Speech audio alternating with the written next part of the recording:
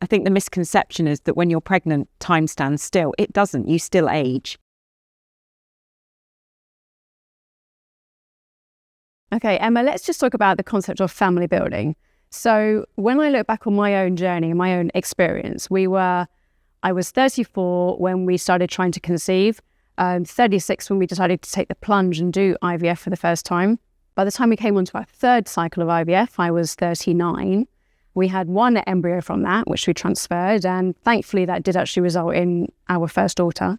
And she was born a couple of weeks before I turned 40. We had no embryos left from that cycle. And so when it then came back to wanting baby number 2, when I was 42 by that point, we ended up having to do 3 rounds of IVF to get 9 embryos, which was great, granted. However, only one of those embryos was actually genetically normal. And that embryo did thankfully result in our second daughter.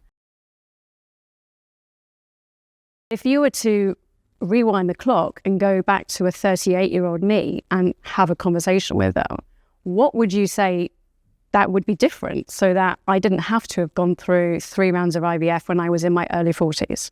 So I think the first take-home message here is that we fundamentally definitely sit our patients down and talk about what did it all look like before it all got so difficult. Because by the time patients are with you, understandably, they've been in that journey, like you've just said, for 3-4 years, and desperation starts to sink in. But I think it's really important to take a pause and say, if your dream was to have 2 children, then let's have that conversation now rather than doing what you did, which was come back to it 2-3 years later, where the chance of finding normal embryos is that much harder. So probably at 38, PGTA can be used really helpfully at that stage. Even in that cycle where you had 1 embryo, you can then test that embryo and the patient has a realistic expectation of that embryo working. Instead of transferring that embryo and getting you pregnant immediately, I think the misconception is that when you're pregnant, time stands still. It doesn't. You still age.